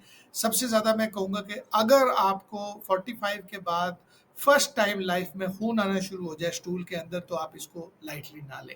इसी तरह आपको मैदे की तजाबियत अगर होना शुरू हो जाए 45 के बाद ज़िंदगी में फर्स्ट टाइम, तो आप इसको ईजी ना लें। क्योंकि पड़े अमेरिका इंग्लैंड के हैं तो वहाँ कोलोन कैंसर ज़्यादा है। जापान की तरफ, आप साउथ कोरिया जापान की तरफ जाएं तो वहाँ upper GI cancer, stomach cancer बहुत ज़्यादा है, और हम आप देख लें कि तो नक्शे में हम उनके दरमियान में हैं, तो अल्लाह हम पे रहम ही करे। इसलिए ये भी दोनों सिम्टम्स, जब अपर जीआई यानी कि हाजमे के ऊपर के सिम्टम्स और पखाने के सिम्टम्स चेंज होना शुरू हो जाए, तो हम दोनों को ज़रा देखें। दूसरा आप ये देखना शुरू करें कि जी चेंज ऑफ बाउल हैबिट्स तो नहीं हो रही, यानी कि अगर आप पहले रेगुलर रहे हैं ज़िंदगी में और उसके बाद आप आस्ता आस्ता ये होना ज़्यादा लूज होना शुरू हो गया है, या आपको ज़्यादा जाना पड़ रहा है, या इवन सो कि आपको कम जाना पड़ रहा है और आपने कुछ बेसिक फर्स्ट एड मेडिकेशन इस्तेमाल किए लेकिन ये चीज़ सही नहीं हो रही, तो ये वो चांस है कि आप अपने डॉक्टर से रुजू करें। क्योंकि हम क्या करेंगे, हम आपको, आप घबराएं नहीं, सीधा कोलोनोस्कोपीज पे नहीं लेके जाते। अगर आपके बाकी रेड फ्लैग साइन नहीं है तो हम एक स्क्रीनिंग टेस्ट कर लेते हैं, यानी कि हम आपको एक ब्लड टेस्ट करा लेते हैं जिसमें जनरली ना फुल ब्लड काउंट, जिसे हम पाकिस्तानी जुबान में सीपी कंप्लीट पिक्चर कहते हैं और इंग्लैंड की जुबान में फुल ब्लड काउंट कहते हैं, और इसी तरह ब्लड प्रोफाइल आपकी जुबान में हम कहते हैं। उसमें हम देख लेते हैं कि क्या एनीमिया तो नहीं शुरू हुआ, यानी कि खून कम तो नहीं होना शुरू हो गया। क्योंकि कोलोन कैंसर में एक चीज हमें जरूर सोच लेनी चाहिए कि कोलोन कैंसर बनने से पहले पॉलिप बनता है। पॉलिप का मतलब है एक छोटा सा दाना। हर कैंसर, हर पॉलिप कैंसर नहीं बनेगा, लेकिन हर कैंसर पहले पॉलिप था। सो आइडिया ऑफ स्क्रीनिंग ये है कि हम उसको पॉलिप स्टेज पे ढूंढ लें ताकि उसको हम कैमरे से ही रिसेक्ट करके निकाल दें। और अगर वो खुदा न खास्ता कैंसर की तरफ जा चुका है तो या वो कैमरे से रिसेक्ट हो सकता है कि नहीं, नंबर वन, या उसकी सर्जरी छोटी सर्जरी है कि वो जो अपने इंटेस्टाइन की जो वॉल है उससे बाहर नहीं निकला, तो उसकी छोटी सर्जरी होगी। और उसके बाद बहुत लोगों को कभी कभी कीमो की जरूरत नहीं भी पड़ती, या अगर पड़ती है तो बहुत शॉर्ट कीमो की जरूरत पड़ती है, कीमोथेरेपी की, और वो ठीक हो जाते हैं। तो ये जरूरी है। तो हम उसमें ना एक और चीज करा लेते हैं, एक फिट टेस्ट, जिसे वो इम्यूनो टेस्ट है बेसिकली। वो स्टूल का टेस्ट है, उसमें आ जाता है कि क्या माइक्रोस्कोपिक, यानी कि खून छोटी क्वांटिटी पे तो नहीं आ रहा जो हमें नजर नहीं आ रहा, वो टेस्ट हो सकता है। और अगर हम पाकिस्तानी तनाजुल में उसको लें तो एक बहुत ही सिंपल टेस्ट है जो क्रूड टेस्ट है, जिसे हम ऑकल्ट ब्लड या एफओबी कहते हैं। दुनिया डेवलप्ड वर्ल्ड में ये खत्म हो गया है क्योंकि ये जरा आउटडेटेड हो चुका है, इसमें फॉल्स पॉजिटिव बहुत ज्यादा थे। लेकिन क्योंकि पाकिस्तान में इकोनॉमिक्स ज्यादा इन्वॉल्व होते हैं, तो हम एक स्टूल टेस्ट करवा लें। स्टूल टेस्ट हमारे एक अच्छा स्क्रीनिंग टूल हो जाएगा कि देखने के लिए क्रूडली कि कहीं माइक्रोस्कोपिक ब्लीडिंग आ रही है नहीं। लेकिन मैं यहाँ पे एक डिस्क्लेमर जरूर देना चाहूंगा लोगों को कि ये सारे टेस्ट आर नॉट एब्सोल्यूट, और आप मरीज का सिम्टम ट्रम्प्स एवरीथिंग। क्या हमने इंग्लैंड अमेरिका में नहीं देखे कि आपका ये स्क्रीनिंग टेस्ट नॉर्मल थे और हमने कैमरा किया उसमें पॉलिप या कैंसर मिला? बिल्कुल देखे हैं। क्या हमने नहीं देखा कि जी ये टेस्ट पॉजिटिव थे और हमने अंदर जाके देखा तो पॉलिप भी नहीं निकला, कैंसर भी नहीं निकला, कुछ भी नहीं निकला? बिल्कुल। तो इसलिए नथिंग इज एब्सोल्यूट। लेकिन अगर आपके सिम्टम इस बात को बता रहे हैं कि जी आपको इन्वेस्टिगेशन की ज़रूरत है, तो आपको स्टैंड अलोन इन्वेस्टिगेशन की ज़रूरत है। इसलिए जैसे हमने शुरू में बात की ना, अगर आपको चेंज इन बावल्स आ रही है, वेट लॉस हो रहा है, एपेटाइट चेंज है, एबनॉर्मल एब्डोमिनल डिस्कम्फर्ट वगैरह, पेट में डिस्कम्फर्ट शुरू हो रही है, तो ये चीज़ें आप अपने मालिज के पास लेके जाएं और अल्लाह से दुआ करें कि आप टेस्ट कराएं तो वो नॉर्मल निकले, ताकि वो डॉक्टर की गलती नहीं है कि आपका टेस्ट में कुछ नहीं निकला। वो अच्छी बात है।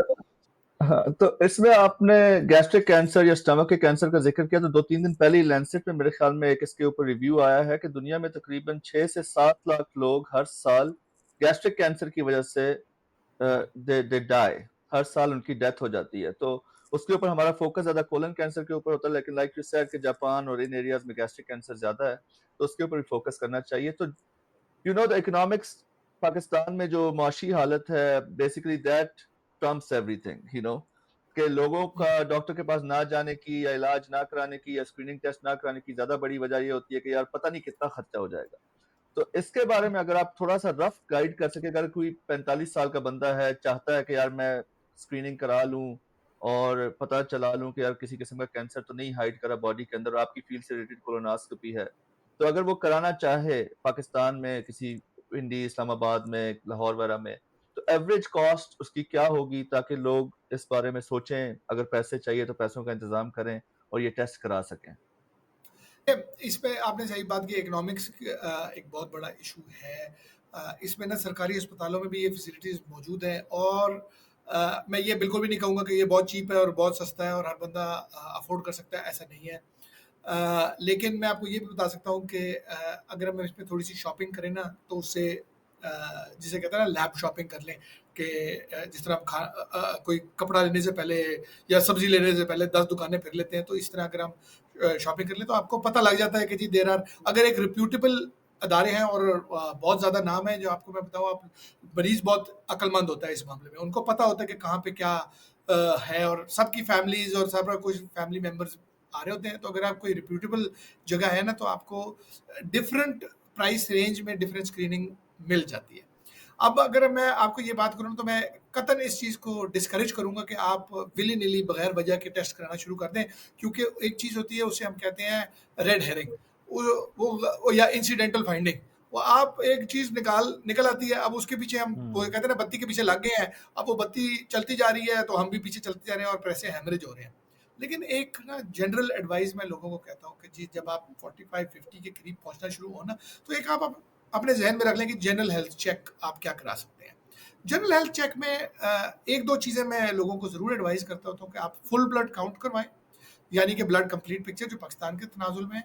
आप अपना एलएफटी करा लें, जिसमें हमने जिस तरह बात की कि फैटी लिवर और ये सारी चीज़ें भी आ जाएंगी, और साथ आप किडनी के फंक्शन टेस्ट करा लें, जो डिफरेंट लेबॉर्ट्रीज उसको कुछ रीनल फंक्शन टेस्ट कहती है, कोई बायोकेमिकल प्रोफाइल कहती है, जिसमें आपको ना आपके जो बड़े बड़े ऑर्गन्स हैं उनकी एक अक्कासी मिल जाएगी। यानी कि अगर आपका खून कम होना शुरू हो गया है और आयरन डेफिशिएंसी शुरू हो गया है, तो आपका डॉक्टर जो है ना वो पढ़ के उस खाली एक ब्लड कंप्लीट पिक्चर यानी ब्लड सीपी को देख के ये अंदाजा एक लगा सकता है कि जी हाँ, इनको आयरन की कमी है, विटामिन बी की, फोलिक एसिड या किसी और चीज़ की कमी तो नहीं वाक़या हो रही, या खून कहीं से ज़्यादा ज़ाया तो नहीं हो रहा। इसी तरह किडनी फंक्शन टेस्ट और लिवर फंक्शन टेस्ट हमें उन ऑर्गन्स की अक्कासी करेंगे। अगर हमारा चेंज इन बाउल हैबिट्स या इस तरह कुछ आना शुरू हो जाए, तो हम ये भी करा सकते हैं कि जी हम ये फीकल ऑकल्ट ब्लड ये टेस्ट एक करा लें। ये बहुत ज़्यादा महंगा भी नहीं है, स्टूल ऑकल्ट के नाम से आम लैब्स करती हैं। लेकिन मैं एक बात आपको ज़रूर बताऊंगा कि हमें ये चीज़ें अक्सर टेस्ट याद आते हैं करने को जब हम पहले ही बीमार हों। ये टेस्ट जो हैं बहुत ज़्यादा पॉजिटिव हो जाते हैं, यानी कि किसी को डायरिया हुआ है, किसी को गैस्ट्रोएंटराइटिस जिसे हमें कहना है, इन्फेक्शन हुई हुई है, तो इन्फेक्शन के अंदर वैसी सोजिश है पेट के अंदर, ये आप टेस्ट उस वक्त कराएंगे ना, तो आपके ये स्क्यूड रिजल्ट्स आएंगे। अगर आपने खाली स्क्रीनिंग के तौर पे ये टेस्ट कराने ना, तो ये आप उस वक्त कराएं जब आप एक रिलेटिवली स्टेबल यानी कि अच्छी हेल्थ में हो, ताकि उस वक्त बाकी चीज़ों का इन्फ्लुएंस इन टेस्टों पे ना हो। और मैं आपको ये भी बताऊं कि आप अपने मालिक से मशवरा करें, और ज़रूरी नहीं है कि सब स्क्रीनिंग में हम कोलोनोस्कोपी और एंडोस्कोपी प्लान करें। मैं खुद लोगों को बहुत ज़्यादा बताता हूं कि यार नहीं, आप ये वाला टेस्ट ना कराएं, आप इसके बजाय आप फलाना टेस्ट करा लें, वो उसकी यील्ड भी आपकी कंडीशन में ज़्यादा होगी और पैसे भी कम लगेंगे। सो सारे डॉक्टर आपके दुश्मन नहीं हैं, और सारे डॉक्टर कैमरे भी डालने की ख्वाहिशमंद नहीं है। क्योंकि मैं आपको बताऊं कि आपको मैं पर्सनल एक्सपीरियंस बता सकता हूँ कि कैमरा डालने के बाद जितनी टेंशन आपको है, उससे ज़्यादा टेंशन मुझे भी होगी कि यार अजो कुछ निकल आया, इसका करना किया हो। तो इसलिए सही बात। वो कहते हैं ना, one size does not fit all वाली चीज़ है। हर किसी का जो दर्जी है वो उसके हिसाब से ही कपड़े सिएगा। Thank you very much doctor Aftab. मेरा दिल नहीं करा कि हम इस कॉन्वर्सेशन को एंड करें, I am really enjoying it, लेकिन I let you go for now. बहुत शुक्रिया आपके टाइम का, इंफॉर्मेशन का, और एंटरटेनिंग डिस्कशन का। It was fascinating, it was very very enjoyable. माशाल्लाह, you are very knowledgeable. I am so glad to see you are doing what you are doing. आप पाकिस्तान में भी खिदमत कर रहे हैं, आप इंग्लैंड में भी टीचिंग कर रहे हैं। और for people who joined us late, या लेट जिन्होंने इंट्रोडक्शन नहीं सुना पिछली एपिसोड में, डॉक्टर उस्मान आफ्ताब पाकिस्तान में, he is practising in Maroof International Hospital, one of the very high tech advanced hospitals in Islamabad, in the twin city area. तो अगर आप रिलायबल, नॉलेजेबल और किसी ट्रस्ट वर्दी फिजिशियन को दिखाना चाहते हैं, क्योंकि मेरे किसी जानने वाले को अगर पिंडी इस्लामाबाद में कोई मसला हो, तो आई यूजुअली रिक्वेस्ट के डॉक्टर उस्मान आफ्ताब से कि यार प्लीज आप इनका ख्याल करें। He has always been very kind. तो आप इनको दिखा सकते हैं, इनसे मशवरा ले सकते हैं, and I am sure you will get the best possible advice. So Dr. Usman Aftab, any parting words, any parting advice for your patients, for general physicians, for public in general before we say Allah Hafiz? मैं जो सबको advice करता हूँ, सबसे पहले जो up and coming doctors के लिए वो बहुत ज़रूरी जो एडवाइस है ना, कि आप अपना ना अच्छा बिहेवियर जो है ना वो कभी ना जाने दीजिएगा। क्योंकि ये हमने देखा है कि पाकिस्तान जैसे मुल्कों में हमारे यहाँ ट्रेनिंग इतनी स्ट्रेनस हो जाती है कि आस्ता आस्ता जब आप अपना चाम है ना वो भूल जाते हैं। तो ये आपने कभी डॉक्टर्स जो है वो कभी मरने ना, ये अपने अंदर ना ये एहसास ना मरने दीजिएगा। अच्छी तरह से रिसीव करें पेशेंट को, स्माइलिंग फेस रखें। क्योंकि मैं आपको बताऊं, मरीज जो है, क्योंकि मैं खुद भी पेशेंट हूं और पेशेंट्स के साथ भी जाता रहा हूं, एक पेशेंट की जो कैफियत है वो बहुत डिफरेंट तरीके से होती है। पैसा इज समथिंग एल्स, लेकिन जब वो मरीज अस्पताल आता है ना तो उसके जहन में बहुत खदशात भी हैं और परेशानियां भी हैं, कुछ वो बता पाता है, कुछ वो बता नहीं पाता। सो इसमें आप ना एक स्माइलिंग फेस रखें, इनकरेजिंग रखें, डूम एंड ग्लूम वाली एपिसोड ना करें कि वो ये ना कहे कि जी डॉक्टर ने ज़्यादा परेशान किया। He should leave your clinic कि जी वहाँ पे वो ज़्यादा खुश होके जाए। मैंने देखा है कि कुछ लोगों के पास इतना आर्ट होता है कि वो एक बैड न्यूज़ भी ऐसे तरीके से लोगों को देते हैं कि मरीज उसमें ना बहुत अपबीट और बहुत इंथुजियास्टिक फील करता है। और पेशेंट्स को मेरी एडवाइस सबसे ज़्यादा होगी ये कि जब आप पेशेंट डॉक्टर के पास जाए ना, तो आप जाने से पहले ना अपना मर्ज अपने जहन में एक बार रिहर्स जरूर कर ले, क्योंकि डॉक्टर एक इंसान है और साइंस इस बात की गवाही देती है कि आपका जो अटेंशन स्पैन है ना वो बहुत वेरिएबल है लोगों में, लेकिन वो बहुत थोड़ा अटेंशन स्पैन होता है और डॉक्टर का भी इतना ही अटेंशन स्पैन है। जो आपके बड़े प्रॉब्लम हैं, जो आप जिसके लिए आप फौरी चाह रहे हैं ना, जो आपको ज़्यादा बग करे, वो आप ऊपर रखें और उन पे ही जोर दें। ये मैं आपको अपने पर्सनल एक्सपीरियंस से बता रहा हूँ कि जैसे ही मरीज अपनी एक पिंडोरा खोल लेते ना कि जी असल मसला तो ये है, लेकिन उसके बाद मेरे मोढे च दर्द होंदी है, सिर ते भी दर्द होंदी है, कान विच गैस है और अखा भी पीड़ हो रही है, तो वो उस सारे चक्कर में जो आपका प्राइमरी प्रॉब्लम है ना वो रह जाता है। और फिर आप उसी तरह वो कहते हैं ना, you leave none the wiser, कि आप पहले से ज्यादा कंफ्यूज होकर डॉक्टर के पास से जाते हैं, क्योंकि उसी देर में डॉक्टर भी कंफ्यूज हो गया कि यार मैं वो बांह ठीक करा कि लत ठीक करा। सो इसलिए हमारे यहाँ मरीजों के लिए भी ज़रूरी है कि आप जिस तरह आप कहते हैं ना, डॉक्टर अरसलान ने, अहमद अरसलान ने ये कहा कि जी हम एक्टिंग बचपन में कहते थे, तो मैंने शायद ये सीखा उस एक्टिंग से कि जो रिहर्सल है ना, रिहर्सल इंसान को बहुत काम आती है। अब मैंने डॉक्टर अहमद अरसलान के साथ इस पॉडकास्ट पे आना था, तो मैं आपको बता सकता हूँ कि मैं बहुत ज़्यादा टॉपिक जो कॉमन है वो मैं पढ़ाता भी हूँ, मैं इंटरव्यूज़ पे भी जाता हूँ, लेकिन मैंने फिर भी अपने जहन में वो कुछ चीज़ें रिहर्स की आने से पहले कि हाँ यार ये पॉइंट्स मैंने अक्रॉस करने हैं। इसी तरह जो मरीज है ना, अगर वो एक बार रिहर्स कर ले कि यार मैंने ये चीज़ डॉक्टर को बतानी है और इस चीज़ का जवाब लिए बगैर मैं डॉक्टर से नहीं हटूंगा, तो मैं आपको गारंटी के साथ बता सकता हूँ कि ऐसा नहीं होगा कभी भी कि आप खाली हाथ डॉक्टर से वापस जाएं। डॉक्टर आपको सेटिस्फाई करके ही भेजेगा। That is amazing advice. To be honest, मैंने ये जिंदगी में पहली दफा किसी डॉक्टर को ये एडवाइस देते हुए सुना ना, इट्स वेरी वैल्यूएबल, क्योंकि हमारा भी अक्सर ये प्रॉब्लम होता है कि ट्राइंग टू फिगर आउट कि मरीज आज इधर है किस लिए और इसका असल मसला क्या है। तो this is very valuable advice. तो आखिर में एक जोक, मुझे आपने डूम एंड ग्लूम की बात की, तो अक्सर पाकिस्तान में या अमेरिका में भी कई दफा कहते हैं कि जी अगर आप मरीज को घंटा पहले ले आते तो मरीज बच जाता। जैसे ही मरीज एंटर होता है तो वो एक लतीफा स्टेज थिएटर का ही है, कहता है यार इसको आप अगर घंटा पहले ले आते तो मरीज बच जाता। तो वो कहता है इसको हार्ट अटैक आधा घंटा पहले हुआ है, मैं इसको घंटा पहले कैसे ले आता, अभी इसको हार्ट अटैक हुआ है, मैं उठा के ले आया। तो हम अक्सर पहले उनको चलो डरा देते हैं मरीज को कि यार ठीक हो गया तो अच्छी बात है, बच गया तो डॉक्टर की वाह वाह हो जाएगी, और अगर ना बचा तो हमने तो बता दिया था कि जी आपने खुद ही देर कर दी। वो कहता है यार मरीज ने मरना है तो मरने दो, रिश्तेदारों को क्यों गिल्टी कर रहे हो कि अगर आप जल्दी ले आते तो बच जाता, आपकी वजह से तो आपकी वजह से आज नहीं बच पाएगा। ये तो आपने जो बहुत बात की शुक्रिया ना, डॉक्टर इसी उस्मान आफ्ताब। इसी इसी वेन में मैंने कहा कि वो इसी तरह का एक जोक है कि जी हमारे गांव में नाई बनाते हैं ना ये खत्म और ये सारे जो कुल के खाने, तो खाने उन्होंने नाई ने चढ़ाई, तो उसने दे चढ़ाई चनों की, तो उसने कहा जी चौरी साहब अगर राती पता लग जाता ना तो बड़ा बेहतरीन सालन बनना सी। उन्होंने कहा यार साडा अब्बा सवेरे मरिया, तेनू राती किस तरह दस दे। इसलिए चलो रात ही भी होते थे। चलो यार, very very nice talking to you, बहुत खुशी हुई, बहुत मजा आया, और अल्लाह आपको खुश रखे, अल्लाह आपको मजीद तरक्की दे, और keep doing the good work, और keep spreading knowledge and keep spreading health. सुनने वालों का भी बहुत शुक्रिया। अगर आपके कोई क्वेश्चंस हैं तो प्लीज अपने कमेंट्स में लिखिए या हमें ईमेल कीजिए, और आई एम प्रीटी श्योर कि पीपल विल आस्क कि हम आपको दोबारा पॉडकास्ट पे लें। तो जब भी आपको टाइम मिले please take some more time out, आपके साथ कुछ मजीद बातें करेंगे। Thank you everyone for listening, और thank you doctor Usman Aftab for joining. बहुत शुक्रिया।